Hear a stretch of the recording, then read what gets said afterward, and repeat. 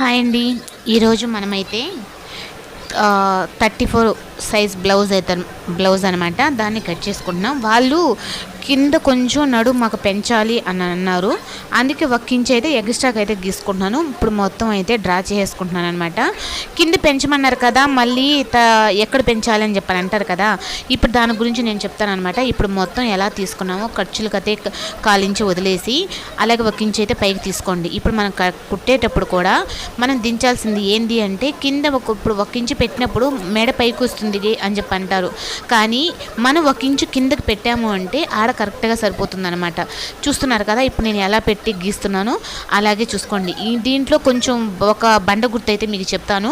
అది ఏంటి అంటే ఇప్పుడు 30 సైజు లోపల ఉండే వాళ్ళకి ఎవరికైనా 2 ఇంచెస్ మాత్రం షోల్డర్ కట్ తీసుకుంటే సరిపోతుంది. 30 సైజ్ పైనుంచి ఉండే వాళ్ళకి అయితే మాత్రం 2 ఇంగాలు అయితే మాత్రం తీసుకోండి మేడ. అలా కాకుండా ఇంకా 40 సైజ్ బ్లౌజ్ అయితే 2.5. ఈ 3 అయితే గుర్తుపెట్టుకుంటే మనకు భుజాలు జారకుండా అయితే బ్లౌజ్ అయితే రెడీ అయిపోతుంది. ఈ 3 మాత్రం ఖచ్చితంగా గుర్తుపెట్టుకోవాలి. 30 సైజ్ బ్లౌజ్ వాళ్ళకి మాత్రం 2, 30 సైజ్ పైన ఉండే వాళ్ళకి 2 ఇంగాలు, ఇంకా 40 సైజ్ బ్లౌజ్ వాళ్ళకి అయితే మాత్రం 2.5.